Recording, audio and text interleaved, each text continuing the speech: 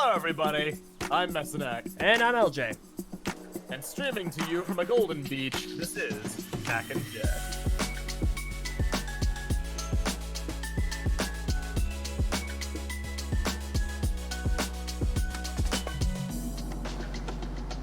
Very nice. Hello again. We're back. For episode. my friends. Hello, LJ. How are you doing this fine? What day is today? It is Tuesday, Meso. How are you doing this fine Tuesday evening? I'm doing reasonably. It's one of my days off. It's actually my only, technically my only day off because I gotta go to some work-related thing the next 2 days. But then I get the next 2 days off, so it's like, It all balances out, basically. yeah, just like Thanos. LJ, I have a very real question for you. I have a very real answer. Why is the thumbnail still Biocraft? I don't know. I don't know. I Also, didn't have any. we didn't I didn't have any. change the, Huh? Also, we both forgot to change the YouTube info. No, I So I'm didn't. gonna do that. I changed the YouTube info. The YouTube info has been changed.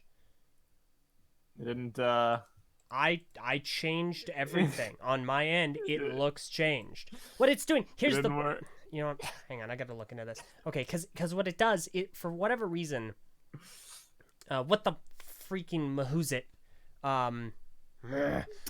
OBS has changed to where it wants you to make a new event. It won't just stream it. It wants you to make an event. And so what it's doing is it's doing this under the events tab, which is immensely frustrating. And I have to go into the freaking event to change it. Because right now the thumbnail is Biocraft and the title, I changed everything. It's stupid. OBS, change it back to how it was, you pieces of garbage. I'll go ahead and edit it. Just give me a sec. All right. In Well, the meantime, either way, yeah, yeah. Let everyone- us know in the chat how it sounds. I think we were both thinking the same thing. Yeah, I was about to say, yeah, just let us know, please. It's Yeah. growing pains. I also don't have the Patreon thing up either. I did not have any time to test this, like at all. So it's been I'm very scared to bring something up because I don't want to make you feel bad. what now? But I'm gonna do it. Go I'm gonna do ahead, it hurry up. just in case. Is anybody else hearing LJ lag like constantly? What do you mean lag like constantly? Are you It's hearing? difficult to describe. Are you hearing me lag in this call or on the stream? That's what I'm curious about. If he sounds great to you, then let us know in the YouTube Well, chat. That's issue number dos. The last time we did this, and hang on, I actually think I know what the issue with this is right now. Okay, that should be better. I hope. Yep, it's fixed. Yeah. Okay, I was just blowing my audio out. That was the problem. So anyway, so issue number 2 is my internet has been giving me a lot of problems. Not the internet itself, but something to do with my computer. And for this stream, I'm hosting it on Wi-Fi. I don't use Wi-Fi. I use a hardline Ethernet cable. But now I have to use the Wi-Fi because that's the only gosh dang thing that works. So it's been a very long and frustrating week for a lot of people here. Yeah, this was the week of Black Friday on my end. So I'm tired. I'm very tired from that. I'm a bit more low energy than I usually am, and I'm already pretty low energy unless prompted. So this is gonna be an interesting episode, but luckily we do have a very interesting subject matter to really delve into. So I think it'll be good. And once again, I just want to say thank you all for coming out to watch. This is a new show with its own, growing pains, audience building, getting an audience aggregate of whether this is something that you actually want to see. So every week that you do show up, please feel free to, give feedback in the chat on what you like, what you don't like, what you would like to see, topics you'd like us to discuss. We read everything. We address, all feedback internally, even if we don't reply to it. So yeah, just keep it coming. I really appreciate it. Yep. And Yeah. I think I've changed everything over except for the thumbnail, which I can't do. I wish I had more Yeah, time it's to fine. actually friggin' test this, because I want it to stop doing the dumb events thing. If it's not gonna, if not that, then I need to just make a new event that's just gonna be for the show and have it stop jumping off of the one that we have set up, which was a test for Biocraft, because it's immensely, it's super frustrating. Yeah. Again, growing pains. I wish I could help it, but it's all right for now. Like that's very minor. So long as the stream sounds fine on YouTube, that's all that matters. And it does, and the stuff's been fixed, so don't worry about it. Okay, fair enough. All right. In that case, Meso, let's go ahead and then I'll ask the patrons. Do I sound better to you guys now too? Few things that I want to get out of the way. First of all, obviously YouTube is going to be messing everything up pretty soon. Thank you, YouTube. Not thank you, Kappa. Kappa isn't the issue. YouTube sucks. Google, you're miserable. So because of that, we're going to be talking about the TTV message boards, which is a place we highly recommend migrating over there and checking it out. We think that it's really neat. We really like it. If you have any questions for Bionicle author Greg Farshty, he's there. He answers questions there. And there's a really nice community there as well. Additionally, just to clarify, you got to be 13 years or older to join. Then we have the Patreon, which we're working on a stretch goal to 100 patrons to get a Minecraft server full-time on the island of Motunui. And that'd be a faction server. You don't need to pay any extreme amounts. There's no tier system as low as $1, and you're good. You get access to the patron chat, so you can listen to the in studio, you can't see me, air quotes, recording, and of course participate here in front of us. And that's basically about it. Exactly. Yeah. Exactly. I'm wondering. This is the last time I'm gonna talk about it. Should we? Because the lag is not better, at least on my end. Should we consider changing the server region? Do you think that would help if we moved it closer to you? I'll be honest. I have no idea. At this point, I've given up as far.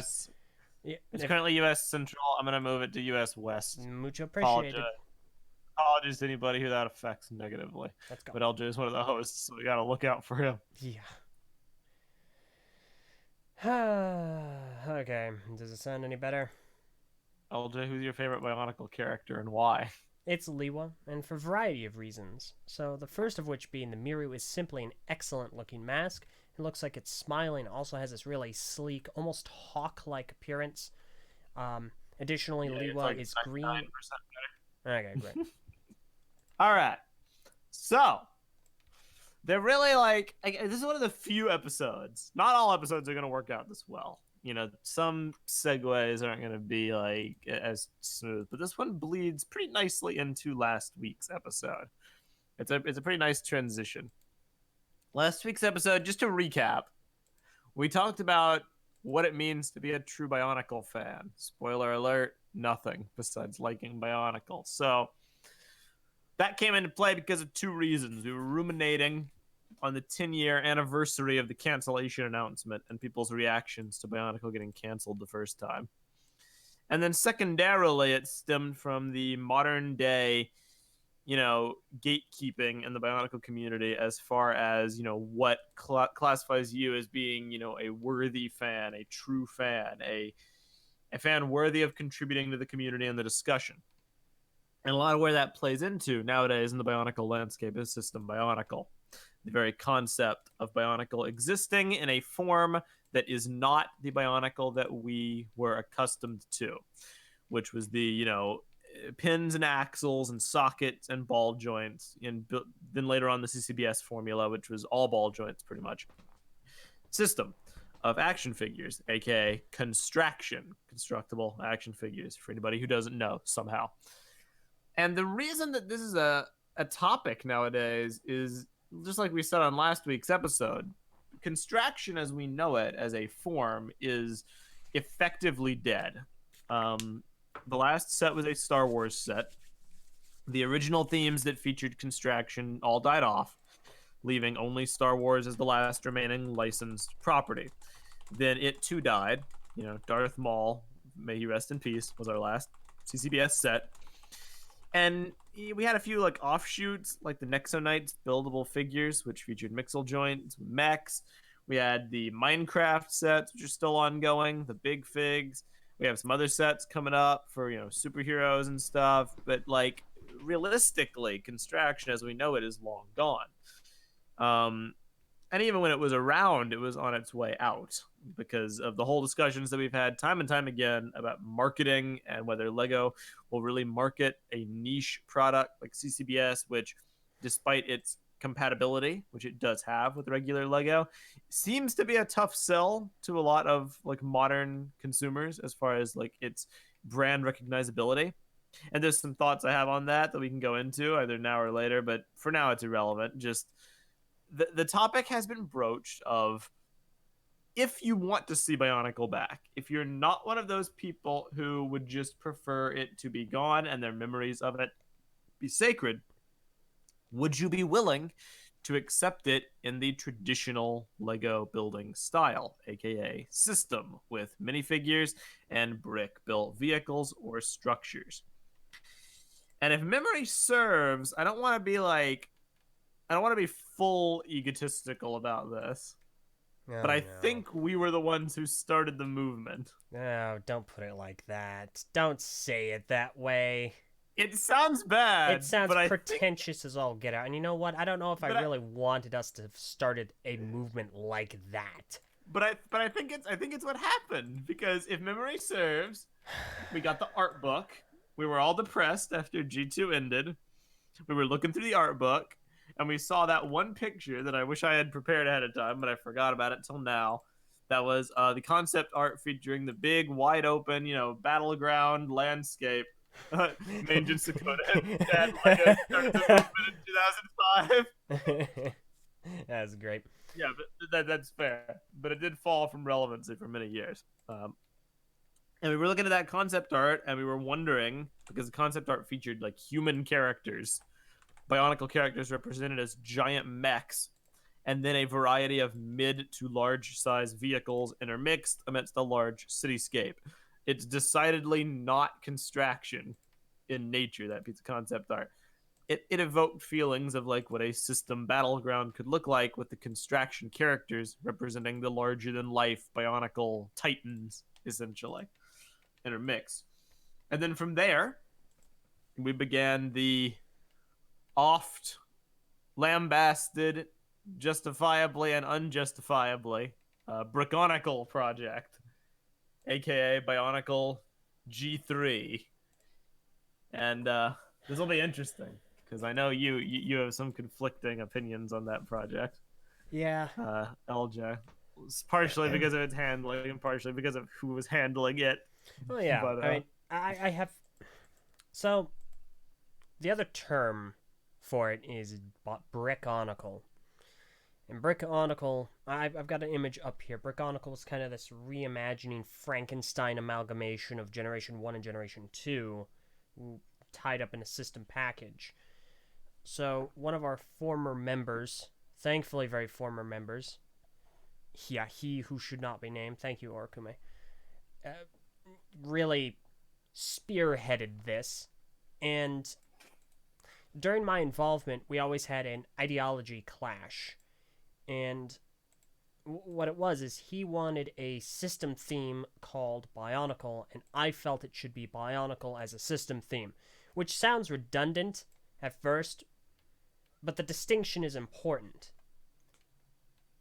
If you have a system theme called Bionicle, it's a normal system theme that's handled like every other system theme, and it has nothing to separate it from being other system themes. Like Ninjago. If you had a system theme called Bionicle, well, it's really just Ninjago, with a couple of tweaks here or there. However, if you have a Bionicle system theme, then it is Bionicle that is now system.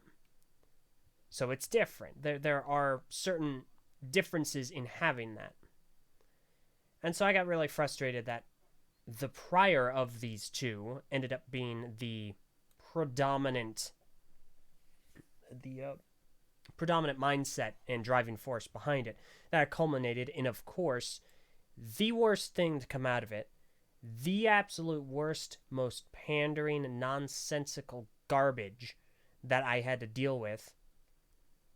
The leg debate. No, I'm just kidding. I'm screwing around. It's Shiwa. It's female Liwa. The leg debate was way worse than Shiwa. Yeah, no, I know, but that was the most pandering garbage. The leg debate. I won the leg debate. Like, you laugh. I literally won it. I said just make shorter legs that move. Look at what Lego released in 2018. I mean, yeah, I was always in support of that as well. Yeah.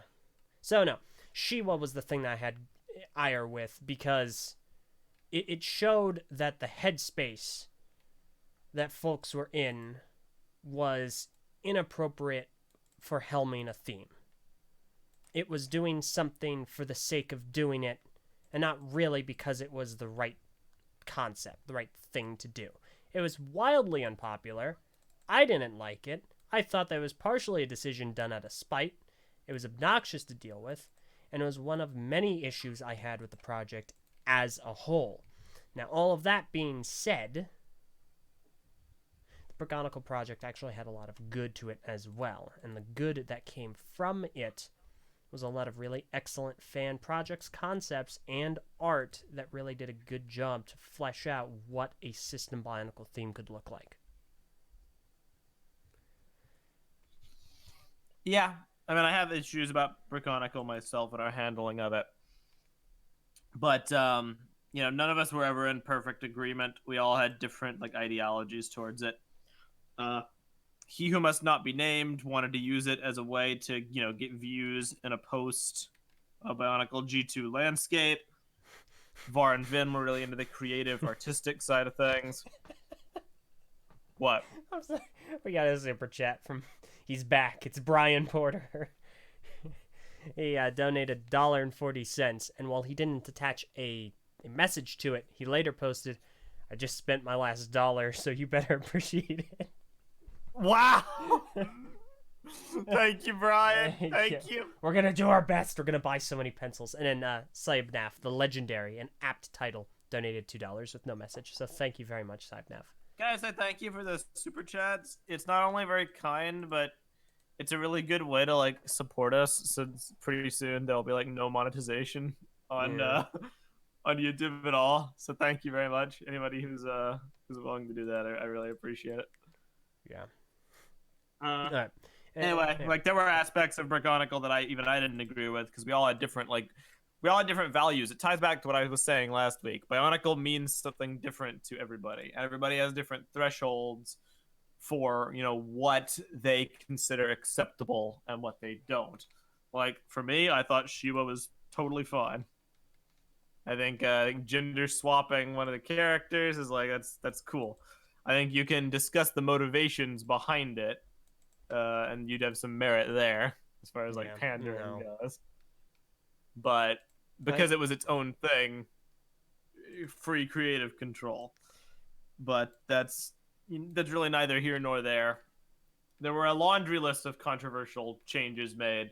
I know you justifiably lambasted it for taking a lot of influence from Avatar, The Last Airbender, as well. Yeah, which is that was undeniable. Also apt. It's undeniable. Yeah, of course, because one of the people who were really in favor of it. So here's the problem. There were two people that really spearheaded it. One of them had a good idea that was Avatar-esque. It was really the moniker of the Toa. It was the Toa becoming more so a title, like a spirit that inhabits a character. Yeah. Kind of like Avatar. And that on its own is fine. The problem is that the other person wanted to take it to its fullest conclusion and wanted to cut out elements, boil it down, make it so water could control ice like Ninjago's doing, but Ninjago doesn't have it's not Avatar, it has enough differences. But they wanted to do that with this. They wanted to boil down the tribes. They wanted to have a huge war and do all of these different things that at the end of the day were just Avatar. That's it. And that Never forget the 5 week debate over whether to make Pohatu a Toa of Lightning, only to realize that in the end, after that culmination of week-long debates, that Pohatu means stone. yeah, And in Maori, so you really couldn't do it. that's The the thing. classic. It's just the whole project ended up being a tad superfluous because at the end of the day, Bionicle, when it started, has a very straightforward formula that you really need a certain amount of finesse to make work properly. So, for instance, the formula: elemental beings called Toa, lesser elemental beings called Matoran, elders, villages in elemental landscapes, island or planet, fetch quest, mystery. Okay, those are your ingredients. Mix them together, and like many other things, it will come together to seem, kind of interesting. That's what a lot of Lego themes are based off of, all of these elements. What Bionicle did a little better is that it was also a little bit of a fish out of water story, in the sense that none of the characters looked like they belonged in those locations. They made it work, and they were stylized in a certain way to partially represent their element, mostly in their color scheme. However, they didn't belong. That was pretty obvious, given they were in a tropical landscape and they were almost entirely mechanical. At least visually, they looked entirely mechanical. So they stuck out. The problem G2 ran into is that it didn't delve deep enough into the mystery and into the world building and the tonality. It definitely aimed lower rather than higher as far as an age demographic is concerned. G1 started off aiming higher, was aspirational. Greg has talked about this numerous times. Bionicle aimed at older kids, and so when the older kids got into it and really liked it, the younger kids saw the older kids getting into it and went, oh wow, I want to get in that too. So you get both of them. G2 didn't do that. That's where we ran into a problem. This is true. So when Brickonicle comes around, it kind of goes a little too much in one direction. It kind of goes, let's aim much higher than G1 did, and just really go into all the world building and the lore and all this symbolism. And you know what, let's give them all political stances, religious stances, let's go ahead and give them all these huge mythologies and what else cultures, all these individual cultures.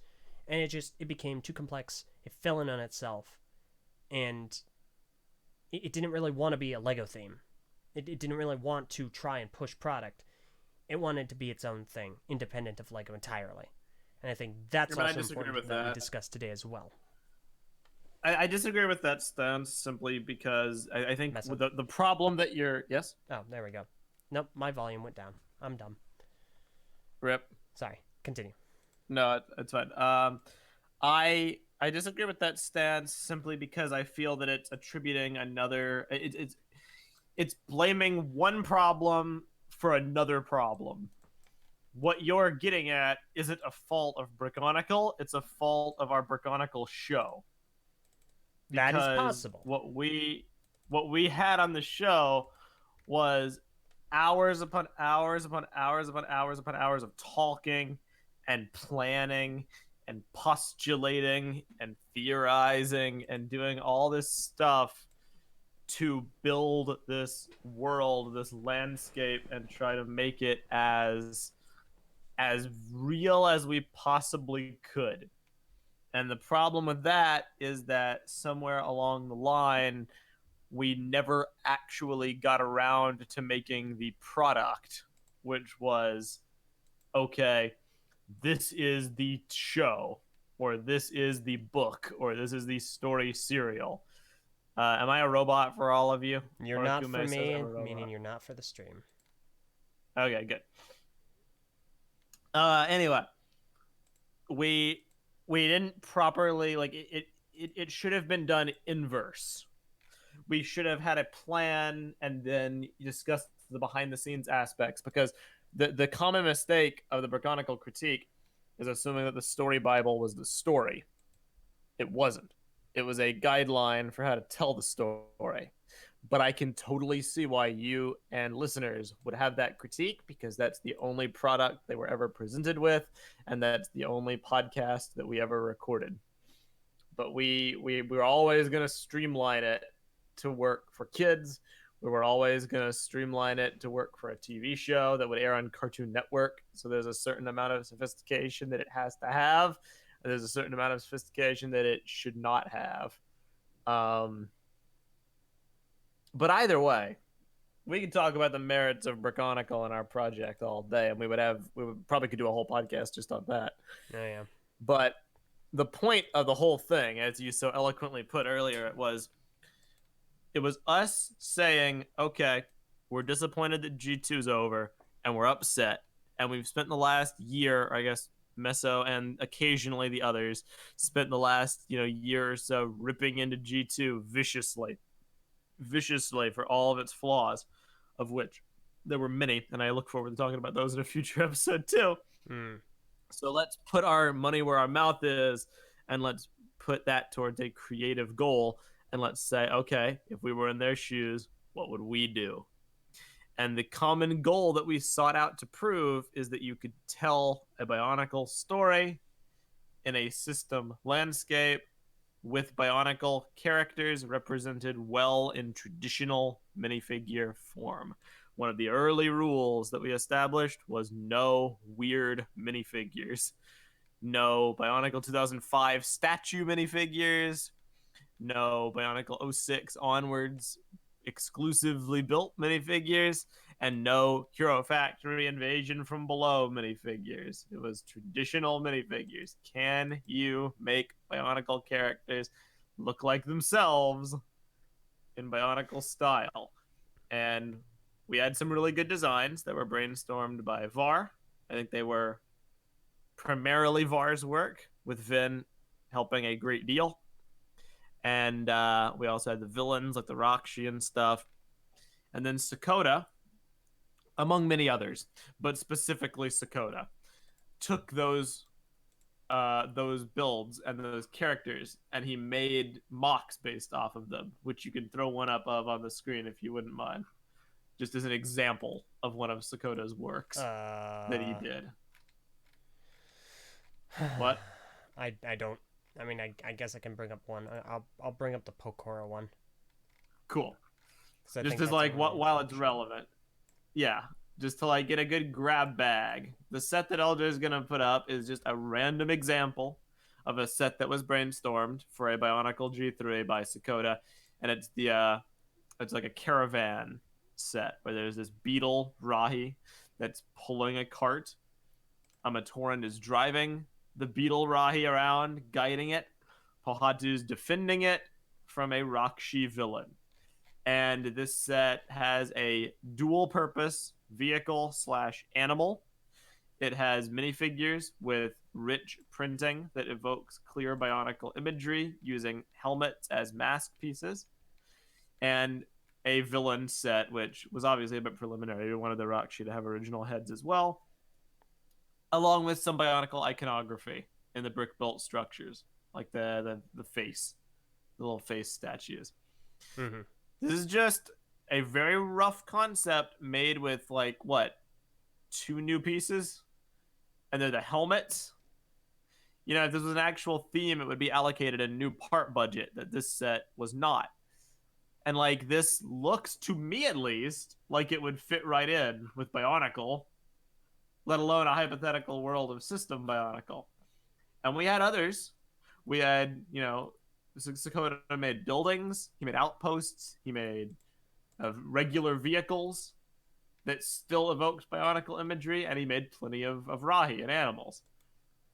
And undercutting it all was a consistent Bionicle aesthetic, which proved beyond a shadow of a doubt to me the project's goal. Say what you will about our story, you'd be more than welcome to do so. I still think it was of quality overall, but it certainly wasn't perfect. And it did a lot of stuff that rubbed people the wrong way. Hmm. But the concept was the Bionicle theme, whatever form that takes, could easily work in system because all the barriers that we're talking about are subjective stuff. I don't like that Lee was a girl. It was too complicated. That's flaws with our story. That's flaws with our storytelling. Nowhere along the line, throughout the entirety of the Brickonicle critique, did I ever see a legitimate like thing that was like, okay, but this is hurt by it being minifigures. Because there isn't anything. System Bionicle is just as valid for telling a story. Yeah. And I think that is a good place to move into is the core of Bionicle. Oh boy. Oh gosh. Because that's where a lot of the problem comes from with System Bionicle and people's resistance to the idea of it. Because they're like, okay, what is the core of Bionicle? If we have minifigures, is that sacrificing the core? Or is that acceptable so long as we have blank? And LJ, what are your thoughts on this? Well, I've said, I think I said last time that the core of Bionicle to me, and the answer that makes the most sense is that the core of Bionicle is the sets, because it's the product, and that's the core of any Lego theme. It's not specific to Bionicle. That is, at the end of the day, what it's just going to be. They're Lego license. They're the Lego licenses. They're Lego themes. The core will be the product. All this story stuff that we really like is just really excellent marketing at the end of the day. Yup. Doesn't make it invalid or irrelevant or what have you.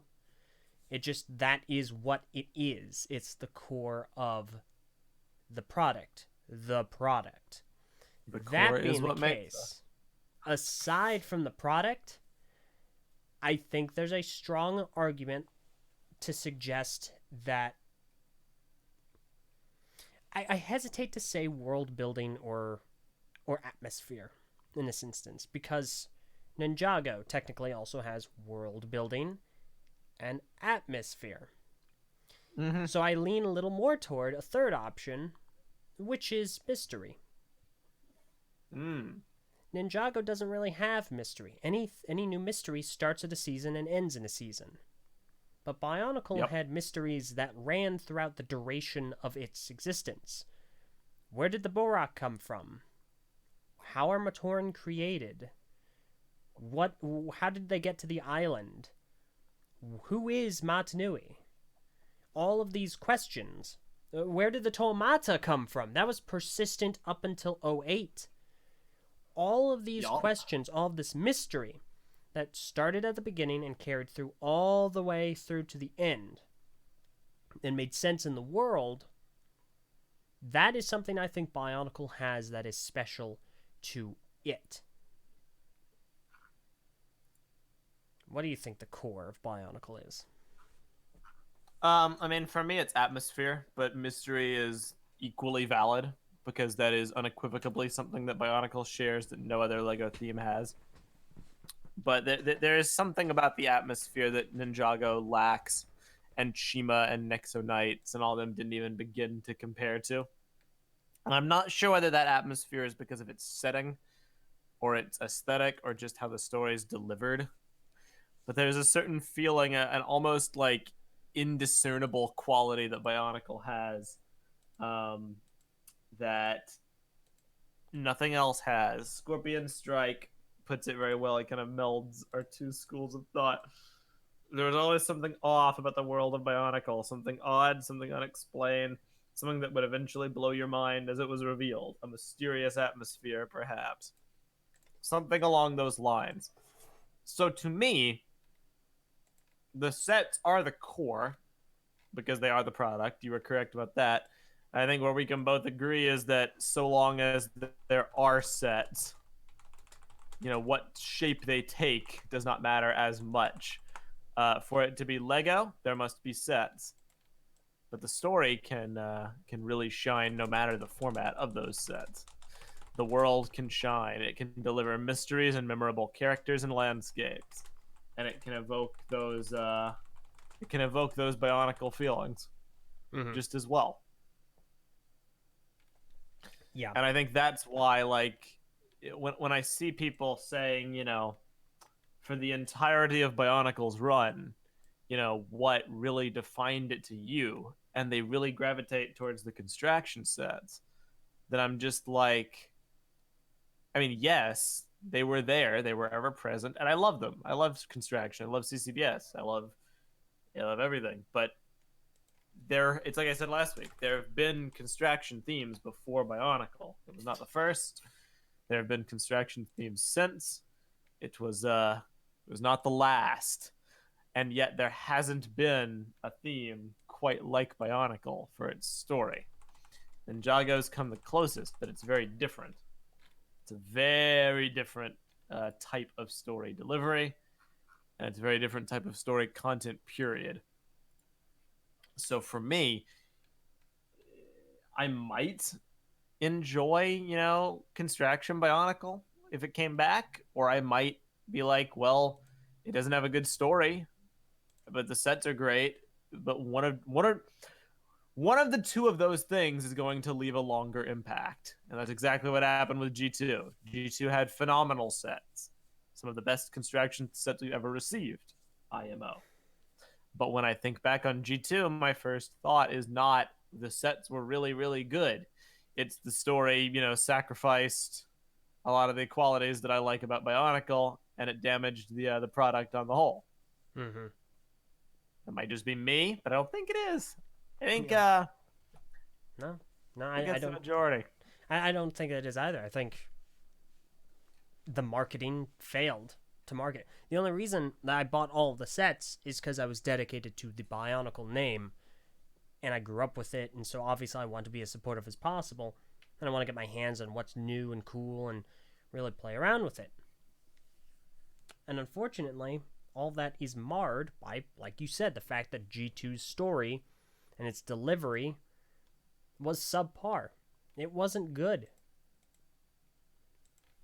And so Yeah, it's and that's what when people react so strongly negative towards System Bionicle, I just really have to wonder. Picture yourself in this scenario where it came back, and it was great and amazing, and it had wonderful characters and a world, and a landscape to get lost in, and mysteries to solve, and it was everything you loved from your childhood, but it just didn't have like as many pins or axles or large, armor pieces.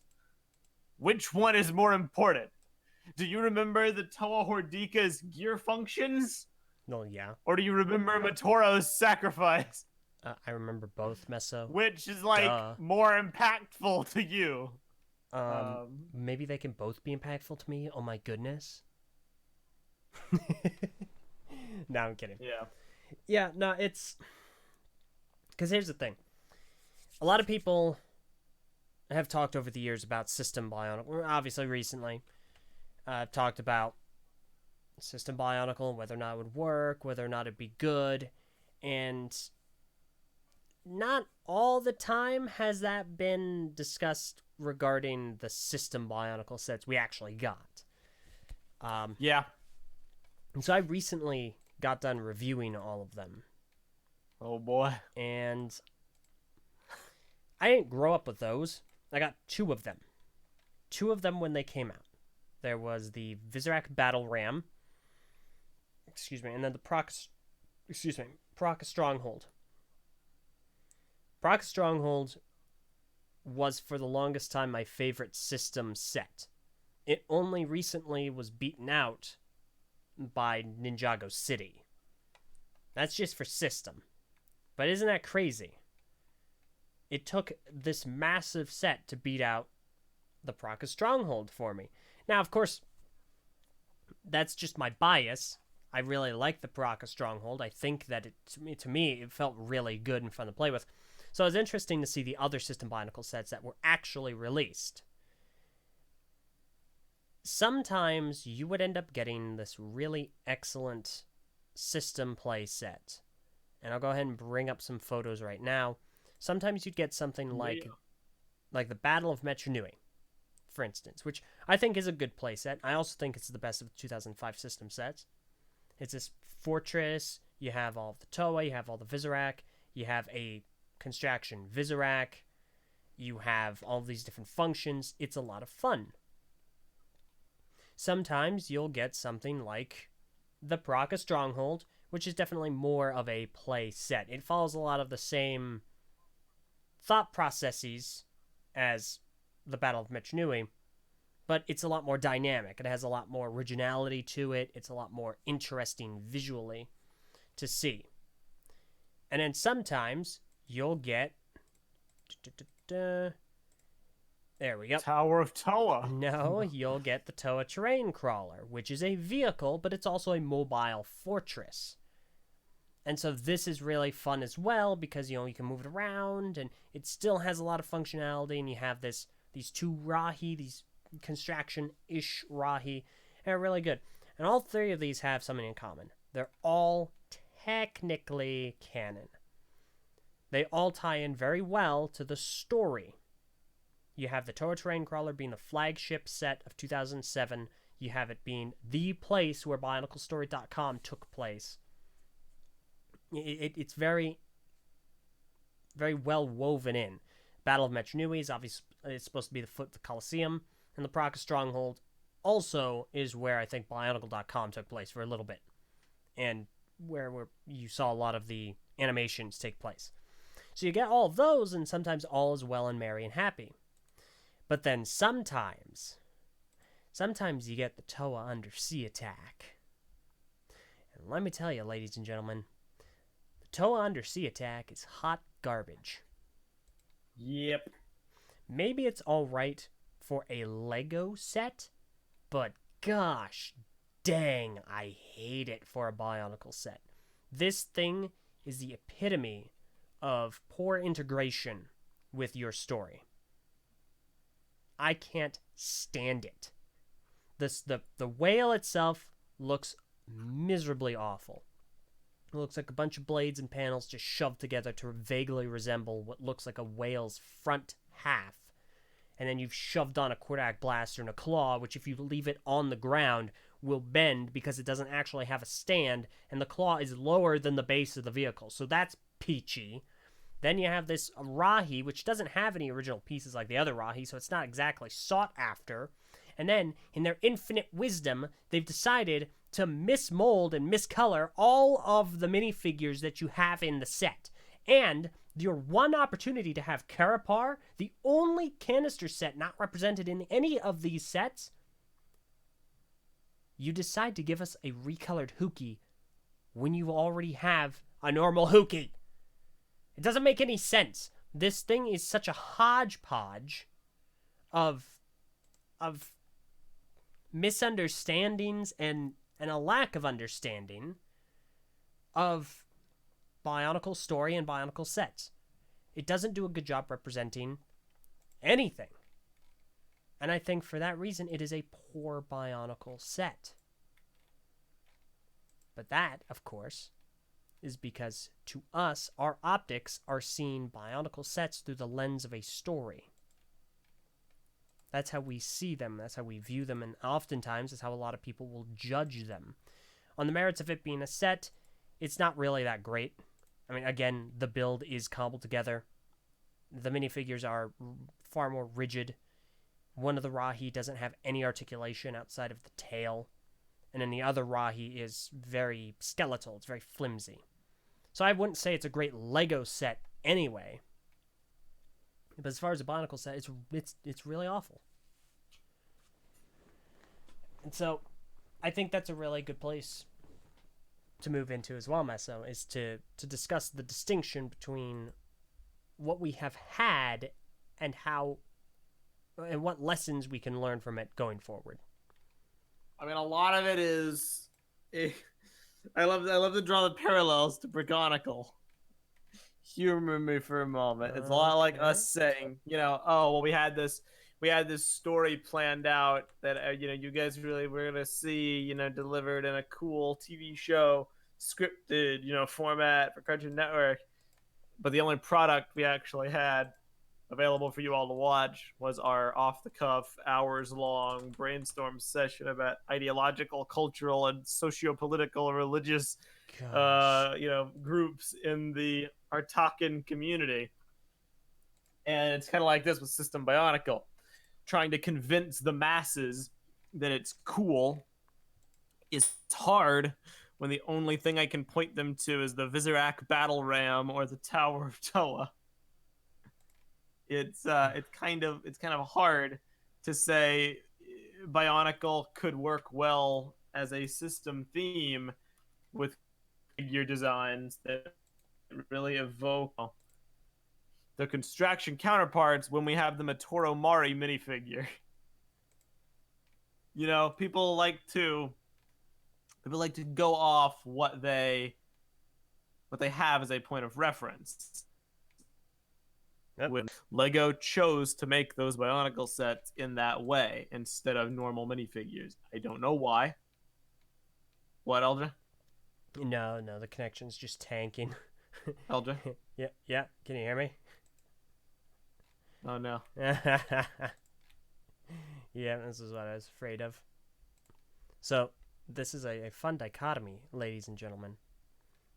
You all in the stream can probably hear me fine, but everyone in the Patreon chat can't. Correct. Okay, you can hear me now. No, yeah. Yeah, okay, yeah. You wonder why I don't use Wi-Fi. Mm-hmm. Yeah. Year Vindication Part 2 continues. Anyway. Totally. Continue. You got a little choppy during portions for me. Yeah, I mean, I hear that. Yeah, every other word of your monologue I've been having to piece together through context clues. That's impressive. Yeah, but point being, people like to go off of what they have seen prior, which I understand. Lego chose to make those minifigure sets in that way. I don't know why they did it.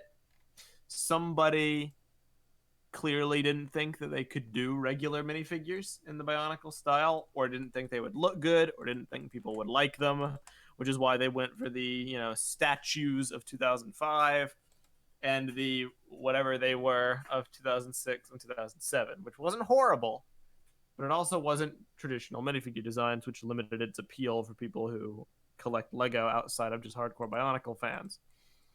And they don't always translate well with a character. Case in point, Matoro Mari. Probably a budgeting limitation. Mm-hmm. So when people are like, we don't want System Bionicle, their first thought is, we don't want those sets again.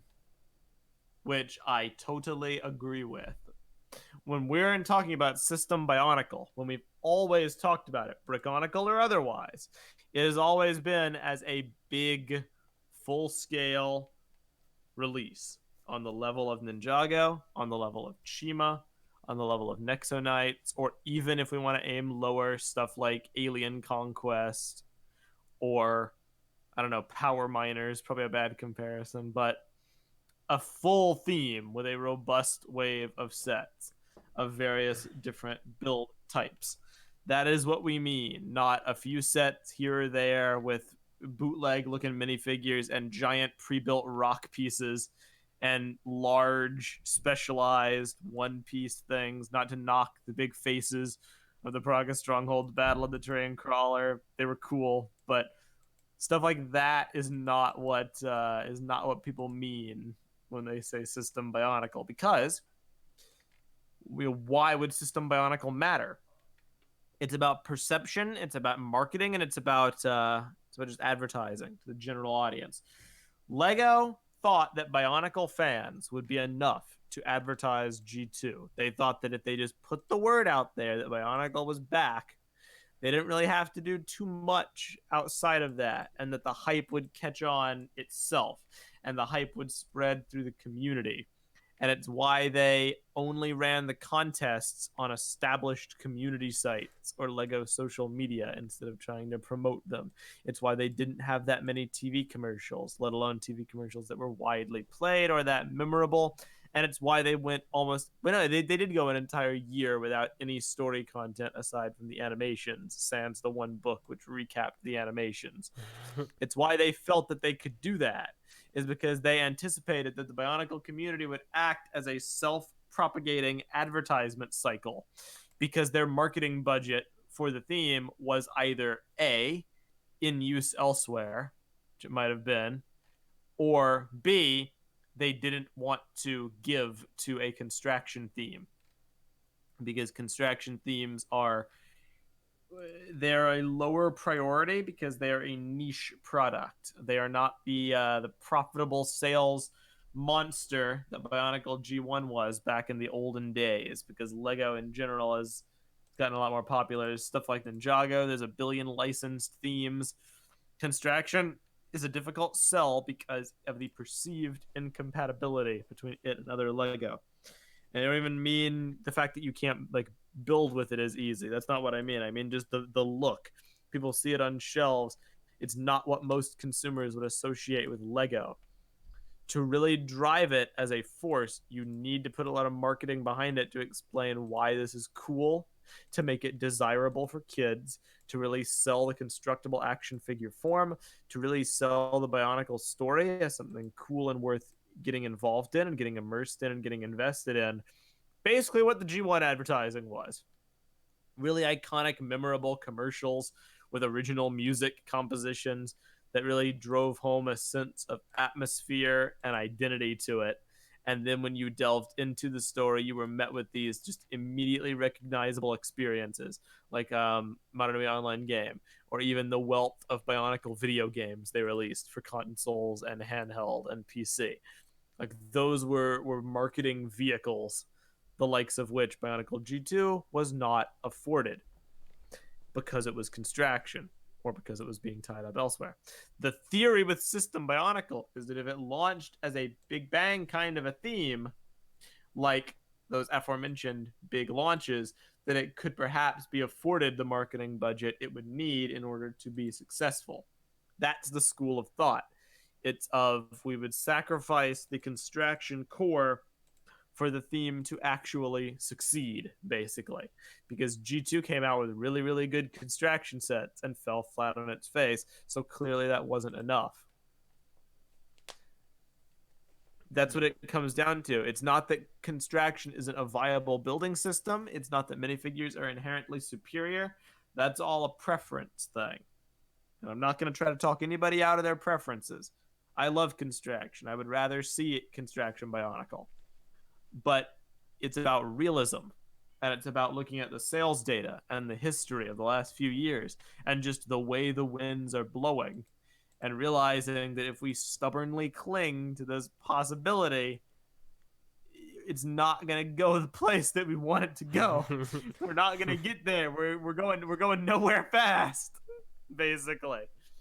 So maybe if we made a few concessions here and a few concessions there, that's what compromise is. We can walk away with a really good story and some good sets that just aren't like what we're used to. And they would be elevated from the old Bionicle sets. They'd be with the new modern Lego build techniques. There would be a variety of constructions, a variety of architecture, vehicles, Rahi, minifigures of all different, colors and build types. We have big figs, we have axle figs, we have the short legs, we have the long legs, we have the in-between legs. Printing has evolved so much from the olden days. You can do a ton of crazy things to make Bionicle characters. You can even do brick built ones, like our Rockshi designs, which took like some minifigure stuff and then added on like the insectoid stuff, like they did with some Chima characters and whatnot. You can do tons of things with the minifigure template and still have them be minifigures. Bionicle could do that. And that's literally without even touching the concept of mixel joints, which you can use to make a bunch of different things, as was demonstrated. Could you queue up one of the pictures of the winners for the contest? Yeah, I've got all of them. Doesn't matter which one. It doesn't matter which one? Which one? You use one of the ones with mixel joints. Because they all, I think, did. Or 2 out of 3 of them did, basically.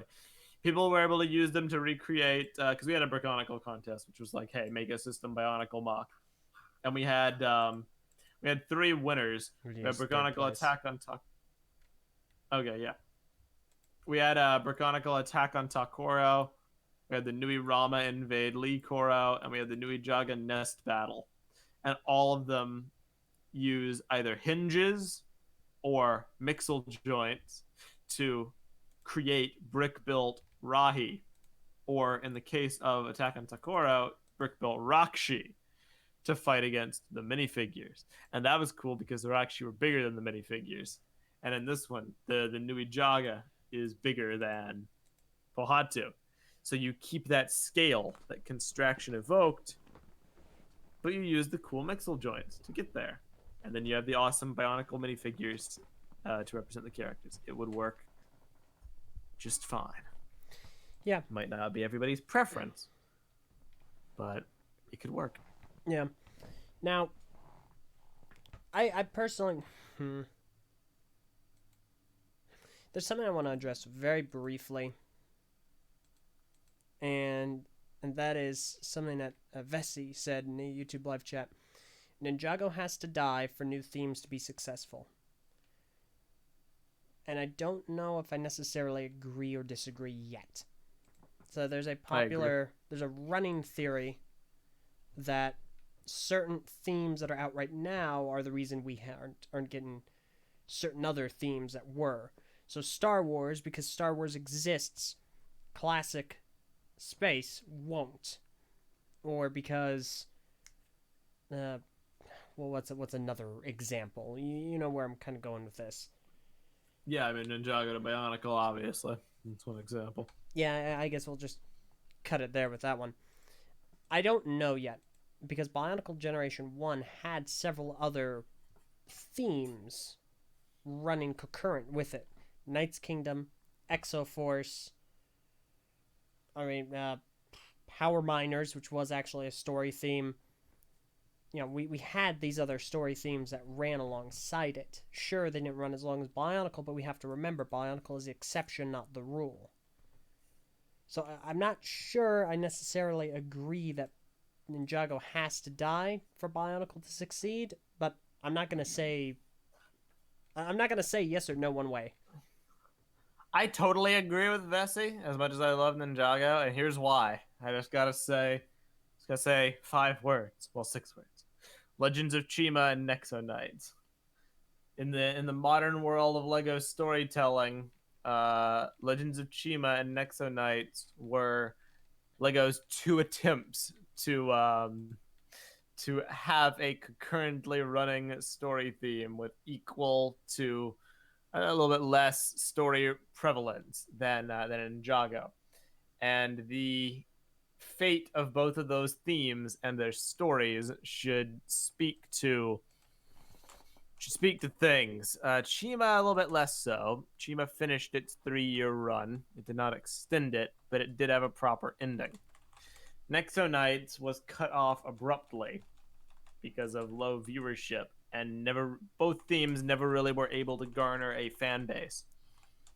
And the reason, I think, is because when you have a theme and when you have a show that runs and it has to compete with essentially your own product, and Ninjago is just firing on all cylinders quality-wise, the new product really has to be of freaking high quality to be able to stand next to Ninjago, to be able to hold a candle to it. Both of those themes faltered. Neither of those themes had the necessary time spent on them, both in terms of marketing in Nexo Knight's case and just story in general in Chima's case, to make them as fleshed out as they could have been and make them as interesting as they could have been. And I think that nowadays the concern is less about that and more about just the monetary value of the cost of production for a full-scale TV show. Because, you know, we have a cool new theme this year, which does look like it could have a lot of potential for storytelling, called Hidden Side. And Hidden Side is, you know, Lego's first new original IP since Nexo Knights ended, at least in this storytelling vein. And it does not have a TV show. It is the first story theme in quite a while to not get a TV show of some sort since Bionicle. I guess Bionicle had Netflix. And it's instead getting webisodes only, like very short webisodes, very reminiscent of Bionicle G2, except noticeably longer and better production value. But I think people are concerned, number one, Lego might not be able to afford multiple concurrent story themes running at one point, or at least a story theme with as much content and production value to stand next to Ninjago, which, let's be honest, we would want Bionicle to have. If we are talking about this hypothetical plan, I'm not talking about hidden side 5-minute webisodes. I'm talking about a full length television show with seasons. That is what I want. That is what Bionicle deserves. People are concerned Lego might not be able to have two running next to each other, or secondarily, they might not want it to because it will end up cannibalizing the sales of each other, which is a common theory as to why G2 failed. When you compare it next to what's on the market, kids are going to go with Ninjago every time because Ninjago is way more marketable. It's more marketed. It's way better advertising. The story is better. There's more sets to choose from at a wider variety of price points, and it's a household name at this point.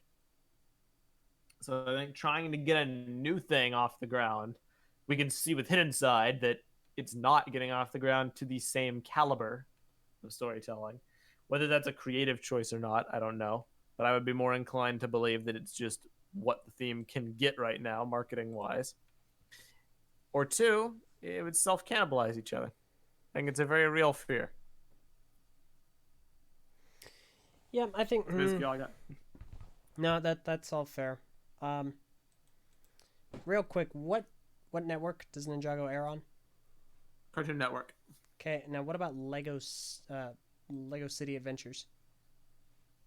Nicktoons. Okay, it's on Nick. Interesting.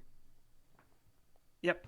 Okay, I don't know how that I plays believe in it's on anything, Nicktoons. but they're kind of different. I mean, I think they are different shows, and it's also weird because I was gonna say Lego City Adventures also has like no advertising, but Ninjago also doesn't. So yeah. it's a wash. It's a complete wash either way. Mm-hmm. What was the point of that? I don't remember. Oh no, you just read a comment. Oh yeah. Okay, that was it. Okay, That was enough. all. Yeah. Okay, no, that's fair.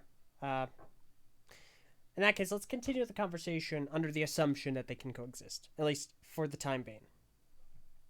Yeah, because I'd rather not get into the whole in a Ninjago so Bionicle can live movement because that borders into too much fanaticism for my exactly. tastes. Yeah. So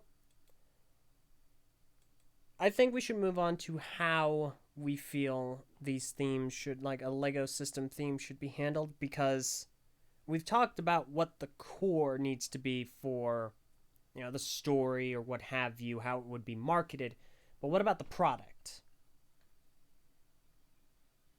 Well, this is one case where I can confidently say that I was happy with Brickonicle's approach, our Brickonicle product, particularly Sakota's Mox, because they were able to hit the major points of what I feel a system Bionicle would need to differentiate itself from other system themes. Not just Sakota either, but a lot of the mocks we got for the Brickonicle project and a lot of the entrants in the Brickonicle contest that we did. And that is Rahi. Because the common fear is that if Bionicle's a system theme, it will just be a bunch of battle vehicles. It will just be a bunch of, the Kurak Rakshi bike. Oh, we have to stop the Rakshi Kurak because he goes crazy, board Liwa's, motorcycle and chase Kurak down and get the mask back, basically.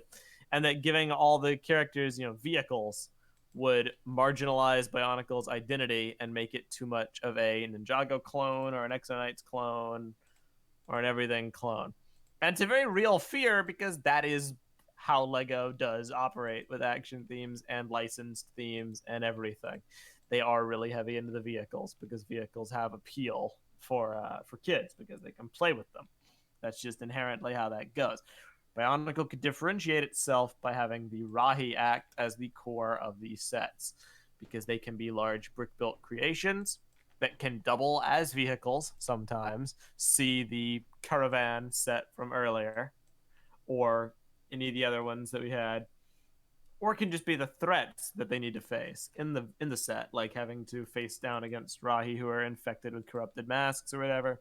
You can have a minifigure Toa face off against a Scorpion Rahi and have that be a challenge, or you can have a defense outpost set with a turret facing off against a flying Rahi, and that's the action feature that you swoosh the Rahi bird around and try to shoot it with turrets. It's a thing you could do. Um, it's a core tenet of Bionicle. It's how the theme started. It was an undercurrent throughout it, and I think the same principles of why it worked in 01 could also apply to why it would work in any potential G3. That's not to say there can't be vehicles. There were a few mocks that showcased some really cool villain vehicles, some really cool Toa vehicles, even that just worked. Like, I mean, Bionicle had vehicles. It did have them later on. It had quite a lot of them. So it's not like it's uncommon or it's unfitting for the theme, but I think moderation is key. And I think people expecting a bunch of structures would be sorely disappointed because it would be an action theme. Lego would need an action component, and that's where the Rahi would come in. Mm-hmm. No, I absolutely agree. I definitely think we would see some creatures being the steeds more so than anything else. And we kind of already see this in Ninjago, but not to the same degree. We only see it with dragons. And so I'd like to see more of an emphasis on that if a Lego theme were to be.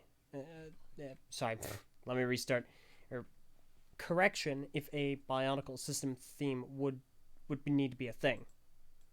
I have on screen right now one of Sakota's creations. It's my favorite. It's the Liwa kind of village, like the Kanai. I don't remember what the name of it was, but it's got like the three outposts, and it's got Lee Rock, and it's got the flying Gecko and the statue of Liwa, which is just so freaking cool.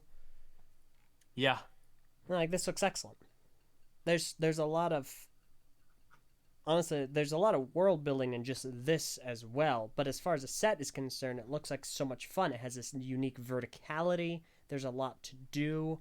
It looks very dynamic. And then you have a Rahi that you can have a Matoran ride on. And then you also, I think you have blasters somewhere on this set, though I'm not 100% sure about that. Yeah. And like I see a comment in the chat from I lost it already. Oh yeah, the Mockingbird says eventually you would run out of monsters though. Like I don't know how long just Rahi could carry the theme. Let's I don't feel like counting because it would take a while. Well, let's go to our good old buddy pal biosector01.com and just give a casual scroll of all the different that Bonkle had. Well, no, here. I've got a solution here. Let me just you just need to find the Rahi category.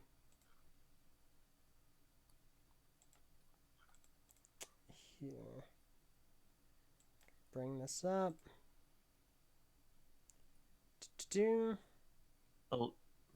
Eljay saving the point. Okay. Alright, found it. So there are on BS01 152 pages that are categorized under Rahi.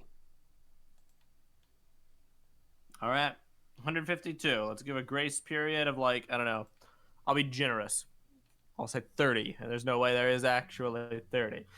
There's like probably not even 10, but I'll just say 30 Rahi that don't have builds or don't have pictures associated with them. And they were just names. So that is by in and of itself, like if we were going the complete lazy route of just taking what G1 has and nothing unique or creative, then we would have 120 possible sets made for a G3. I'll be even more generous and I'll say let's get rid of ones that are duplicates, like recolored Hydruka or Visorak. I know that adds probably a good like 10 or so to that category. I'll take off another 20. That's still like 110 Lego sets. I don't know how many Ninjago has by now. Well, I don't know. I doubt it's over 200. And Ninjago's been running for almost 10 years. No. Ooh, hang on now. I'm going to double check that real fast. But it's got to be over 200 now because Bionicle G1 had over 200. Yeah, fair. You're right. It's 340. Okay, 340. So Ninjago's running for 10 years, and it has 340 sets. But that's counting spinners. It's counting promotional polybags. It's counting like a bunch of other fluff sets, not necessarily actual builds. And even then, like, don't get me wrong, a theme of nothing but Rahi, that would get pretty old. We would have some buildings thrown in. We would have to have some kind of spinner component, not necessarily spinning, but some kind of impulse buy action set with minifigures for it to qualify. And we would have to have, we could have some vehicles. I don't think it would hurt to have some vehicles. People just don't want to oversaturate with vehicles. And then, of course, you know, you in particular, like, we could have some crazy village landscapes. We could have some cool mocks. You know, you're a mockist. Get creative. People can do tons of stuff. Mask packs. Bingo. There's awesome stuff you could do. The possibilities are endless. Yeah. No, there's definitely a lot you can do with Rahi and stuff like that. Meso, what do you say about transitioning from this set or Sakota's mocks to Sakota's project very briefly, or do you want to focus a little more on a few mocks first? Okay. No, we can do Sakota's set. Okay, so let's see how this actually works in application. In actual, like, how is this applied? So Sakota has transitioned from his mocks to the thankfully successful LEGO Ideas project, Legend of Bionicle, celebrating 20 years. And as we can see here, it's a diorama. It's 3 different scenes from the Bionicle story with characters, minifigures, representing scenes. And this really goes to show how great of a marriage these two things are. The flexibility of system and its landscaping potential, and Bionicle and its rich characters and stories. Combining these two results in a really cool set like this. Now, this is only one aspect of it. The reason why this works is, again, because it is a marriage between these two aspects. And you can really start to see how Bionicle works as system when you have your recognizable characters, your recognizable locations, and using the mixel joints for larger characters. Mm-hmm. I think it kind of goes to show you how this can be applied well. Now, would I like to see this for every Bionicle set? Heavens no. But I think this is a good starting point to kind of get this concept moving, you know? Yeah. I'm going to come from Scorpion Strike. Scorpion Strike says, villager packs. Please, you've got 6 tribes to work with from the get-go. Put a small Rahi in each one as well. Easy troop builder. Okay, we got... Okay, I think that is a much better place to jump into the other thing. What other thing? The other thing. The other community mock project that's system-based. Oh, yeah! Because I think that is this project's strongest point, because we actually have kind of a realization of that, too. We do. All right. So there's a member... You want to intro this? Okay, yeah, go for it. Okay, cool. So there's a member on the TTV message boards by the name of Ganto. And so what Ganto has done is Ganto's created these kind of suggestions, these concepts of what a Bionicle system theme would look like. And it started off as being, it's called Project GX. And so it started off with Matoran and Toa in kinda sorta ish minifigure scale. And let me go ahead and get a picture. I'll get the poster boys. You know who I'm talking about. Tahu and Jala. I'm gonna get them up here. Just do a little bit of Bingo. adjusting. And I'll post them in patron chat too. Okay, excellent. Da da da. A little bit of arranging. Okay, brilliant. And so this is Bionicle GX, or Project GX rather. And what you can see here is you have the system Suva, and you have a Mictoran, in this case Jala, and you have Tahu, who seems to be a bit of an amalgam of different pieces. Some of them already existing, and some of them are new.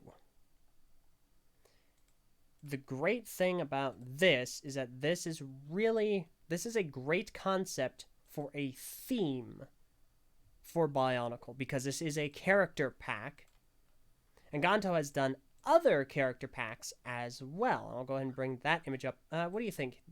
The new one with Moaka or the Tarkov? That's a good one. New one? Okay. Moaka's good. Okay, excellent. I'll go ahead and put that on it. So this one, Ganto posted just today. So this is obviously a Moaka with Copeak and another Matoran whose name I am forgetting. Let me just jump to the bottom of the page here. So it's Copeak, and it is scroll Eerie, and they're at kind of Copeak's command center, looking throughout the island. And they got the flags, and you got the Moaka attack, and you got a golden mask of golden Akaku. And this is a really good pack as well, because it's a Rahi, it's an event that's happening, you have a conflict, you have a little bit of world, and you have a threat, a part of the world that exists in the world. And I think this is a really good realization of what a theme could potentially look like. Before we get into the main problem with this pitch, what do you think about this, Meso? If I were to get into it, I would give my problem with it. Okay. But I'll say on the whole, I really, really love the Rahi. The Rahi, I think, are basically perfect in the playsets. Like, these are what I am thinking of. Maybe a bit Technic heavy. Maybe they're a bit trying to look like their G1 counterparts a bit too much, but then again, it is a translation. So I don't fault that. When I picture Rahi, I don't necessarily imagine them with as many Technic beams as our old Rahi did. I want them to look more organic to the world, but that's just a personal preference. These are pretty close to being perfect interpretations of how I would do creatures in a smaller scale.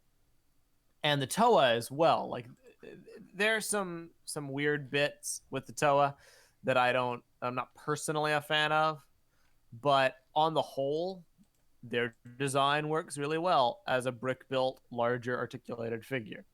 The fact that this can be done is impressive, and I love the Suvas and the brick-built structures.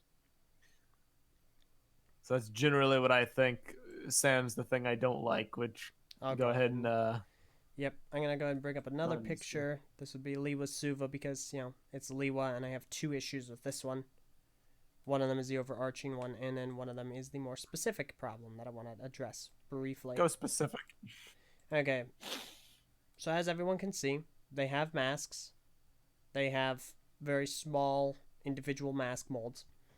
For the Miru mold is a little bit off.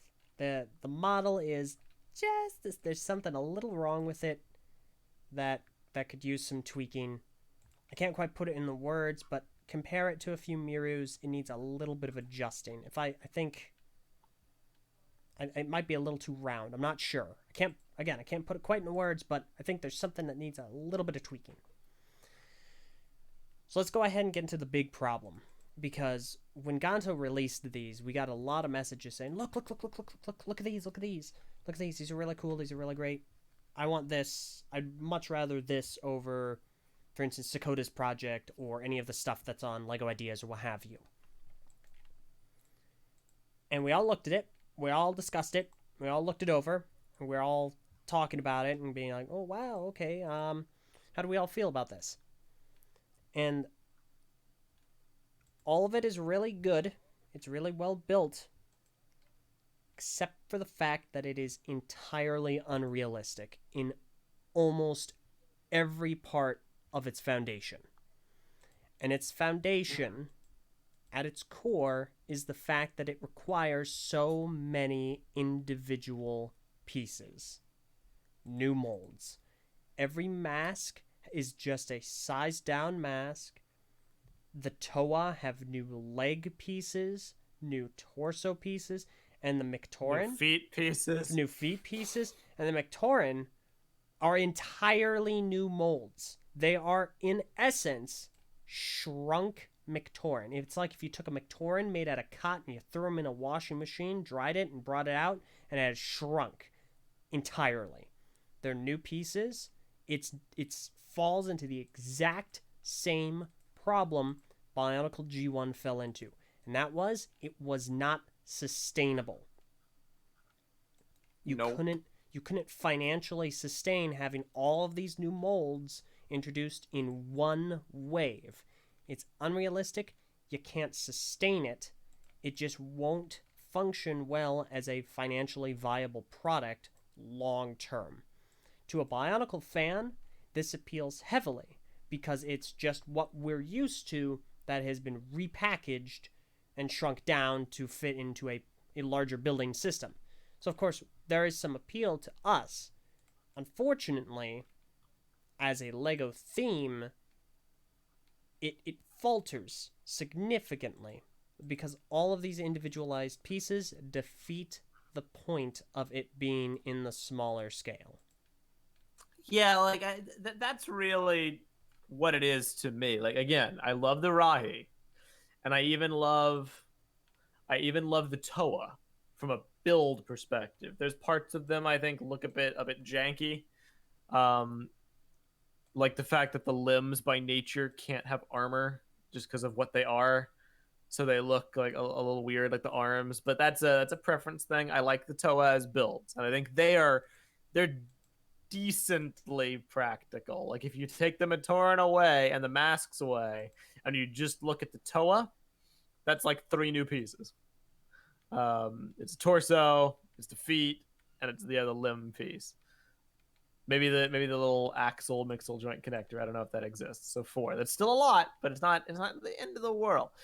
My issue primarily is the minifigures, because, and by which I mean the Mictoran minifigures, because number one, while I do like it, I look at this and it's cool. It's a cool mock. It's cool art. It's cool seeing the Mictoran on a smaller scale with ball jointed arms. I don't dislike that at all. It looks awesome. So this is not a critique of Gonto's stuff necessarily, because they do look cool for their intended purpose. And when I see Maku jumping with their arms like raised up, the fact that that's a thing that can be done makes me happy, makes me smile seeing that in a mock.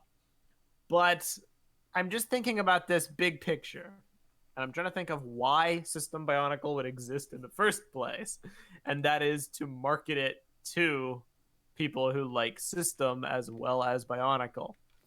And I don't think that making entirely specialized minifigures, quote unquote, is really the way to do that, because if people were going to like that, wouldn't they just like Constraction? Like, does it matter necessarily how big the ball joint on the arm is? I don't think that's the reason why people wouldn't gravitate towards this. People enjoy traditional minifigures. The broader Lego community loves Lego minifigures. So I think the concept of making the Matoran just essentially tiny Constraction sets is a little flawed on its premise, on its basic foundation. Again, not in the construction of this particular mock. It looks really cool, but this is not how I would do System Bionicle, and because I don't think it has a point when you go that route. You're essentially defeating your own purpose. It's a self-defeating idea. And when you go this route, your scale gets thrown into question, because the solution isn't just, okay, well, let's just make them regular minifigures then. Because the Toa and the Mectoran here have a very shared, unified aesthetic. If you replace it with a minifigure and a brick-built Mixel joint Toa, I'm not so convinced that aesthetic could carry forth. Like this, as I am seeing, as it is right now, looks awesome, but it works better, ironically, if it was larger. Because if it's tinier, then you get into the problem of, like we're saying, specialized parts, minifigure replacements.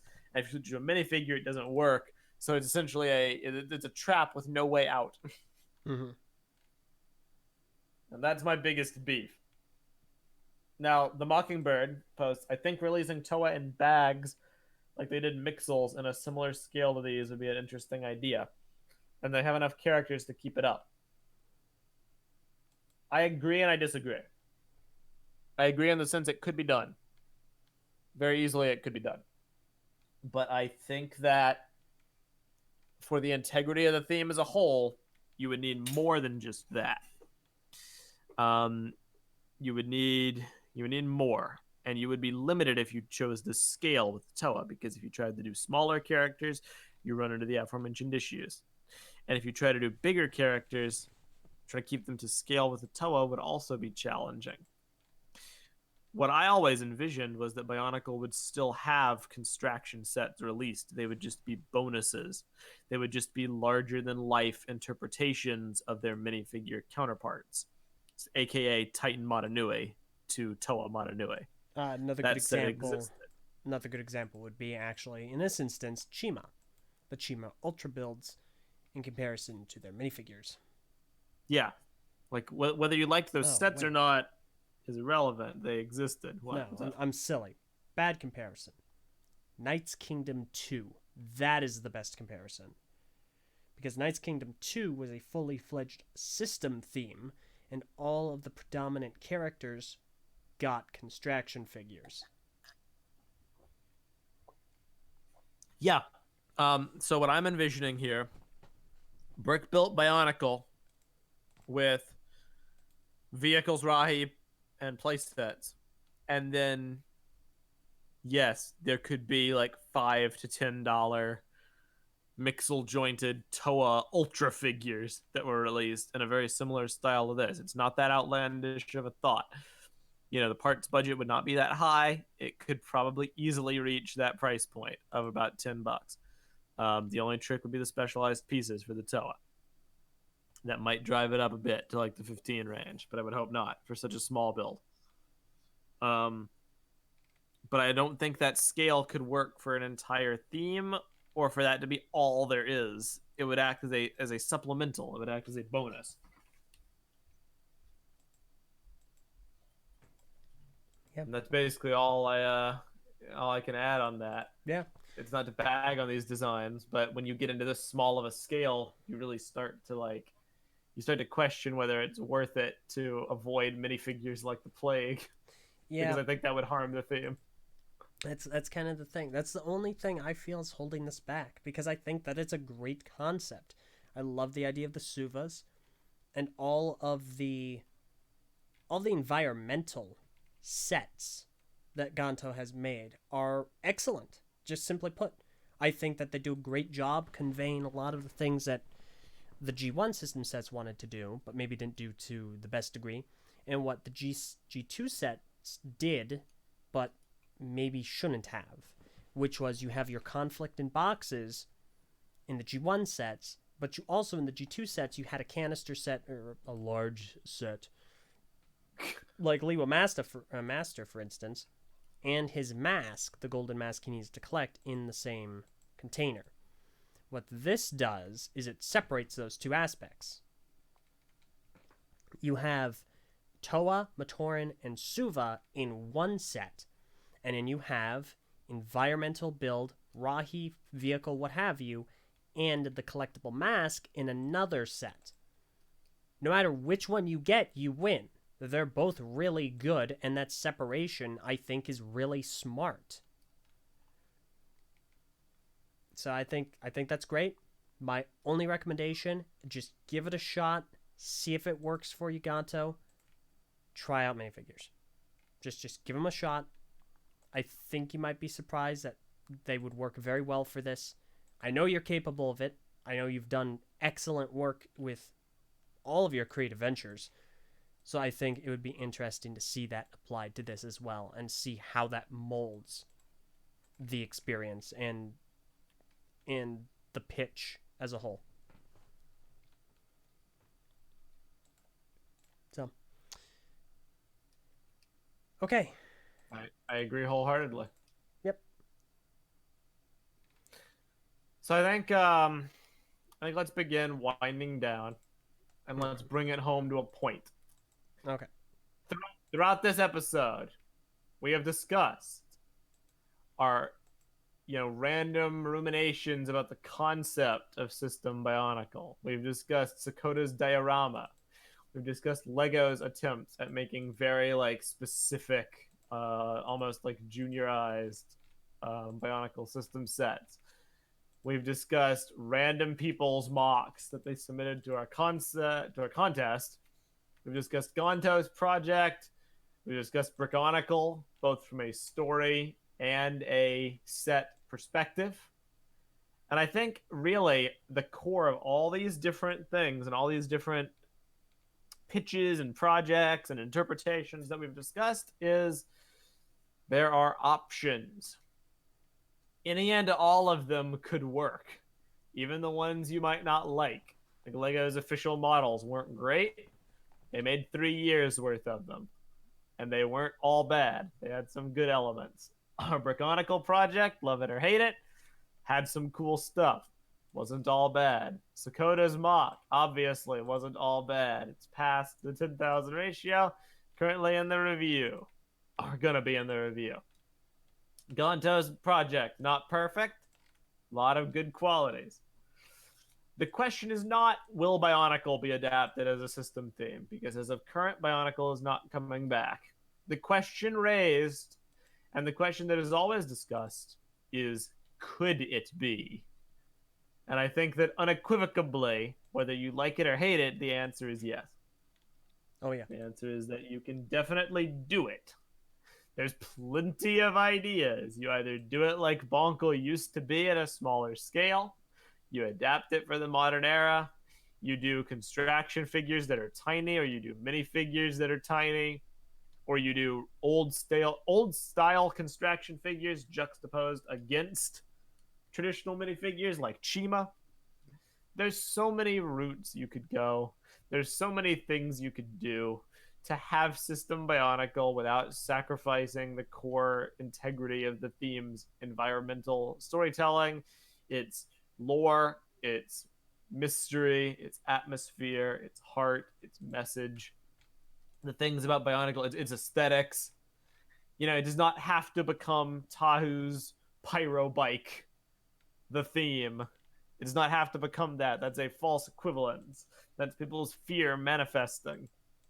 And it also does not have to be the Bionicle modular building series where you stack bricks on top of each other to make structures. It does not have to be that either. There is a middle ground that people can walk, and it's not rocket science because all the people above have demonstrated that it can be done. Sakota, Gonto, all the people who entered our Brickonicle contest, even Lego. Lego had Rahi, buildings, and vehicles. It had the trifecta. They were all done. It does not have to be the worst case scenario. And that's really, I guess, where I want to leave it. The point is always about potential. We are not set designers. None of us are. We're community members who like to talk, or we're mockists who use digital programs or our own pieces to make custom models. We don't have access. I guess Gonto technically does because he made a bunch of unique pieces, and Sakota's good at printing. But traditionally, we don't have access to manufacturing hypothetical new parts that would allow our creations to thrive. We have to delve within the realms of what's currently available. Lego has a lot more potential than we do, and they have a lot more experience than we do. So I think that the potential for System Bionicle to be something of quality, something that Bionicle fans could really get behind, is definitely there, which is why I don't like to write it off based on that potential, just because minifig's bad. or aesthetic hard to translate. You know? See what happens. Do not close yourself off to any possibilities, because I can say unequivocally Bionicle will not be returning as Constraction if it ever comes back at all. It's just not going to happen unless LEGO miraculously has a turnaround in how they view Constraction as a brand, which I guess they might, but I don't think so. I don't think it's happening. So we either have no Bionicle or System Bionicle in one of these many different ways. Whichever one you prefer is up to you personally, and you can show your support or lack thereof by not buying the sets or by buying the sets, because that's how we communicate preferences to LEGO. But for discussion's sake, don't close yourself off. Yep. No, and I think that's kind of a good place to put it. I think it'll be interesting to see what the future holds. I want to, at least for the sake of conversation, if nothing else, want to see Sakota's project become an official set. So that way at least we can see how it goes, how it does, and it can factor into our conversations. Agreed. Praise-based Sakota. Yeah. Okay. Now, Meso, do you want to take any questions? Because I'm only, if we do, I only want to keep it to 2 if possible. Would you like to do any questions? Oh no, the lag. What'd you say? Do you want to take any questions? If so, I'm thinking just 2. Let's do 2 since we've run long already. Okay. Actually, no. I'll do 4. Okay. All right. Yeah. Fair enough. I'll do 4 questions, and that way I can say 2 from YouTube, 2 from Discord. Okay. So I'm gonna alternate. Everybody, ask your questions now. I'm gonna take 1 from YouTube, 1 from the patron chat, 1 from YouTube, 1 from the patron chat, in that order. I go. There's like a 3 to 6 minute delay, by the way, between us streaming and the YouTube chat hearing it. 3 to 6 minutes. Mm-hmm. Yeah, I told you, dude. It did something different. I don't know what. It's like the OBS has done something weird, and it's drives me through the gosh dang roof. There's not a 3 to 6 minute delay. I just listened to it. It's like 30 seconds. What the fudge? Well, okay. It's 30 seconds. It's still weird though, because it's telling me I'm getting a different time on YouTube than I am on OBS. Dude, I'm so stressed out by this. It's driving me nuts. Yeah, well, gee williker, DT. I didn't know my Wi-Fi was bad. I didn't realize that Wi-Fi wasn't as... Gosh dang, you know what? You can hear it on the stream. Wi-Fi is garbage. Nobody should use Wi-Fi. You should use Ethernet cables. Always.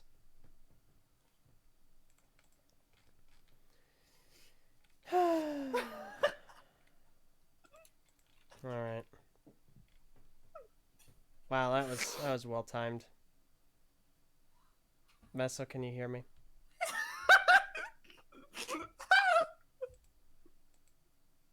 No one's talking to me. I don't know if I can be heard.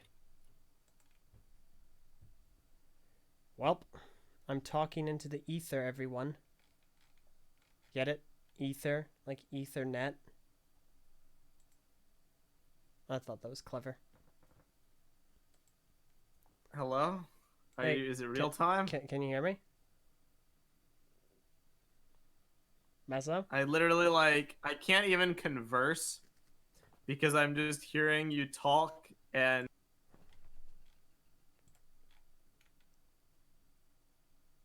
Alright, so now I'm trying to... Okay, am I back? Yes. Okay, great. You know what? Unfortunately, we're going to have to scrap it. This is coming apart at the seams. No. No. Yeah, that's... No, I'm sorry, everyone, but this is not a good week for internet, and we're going to have to skip questions this week. Well, we'll try and bring some over next time. But don't worry, guys. Here's what I'm going to do, just to be nice. I'm pulling an audible. Next week. I've taken note of the questions I was going to answer. I'll just answer them next week, either at the start as a bonus thing or near the end. I'll get up to you guys because there were a few really good questions.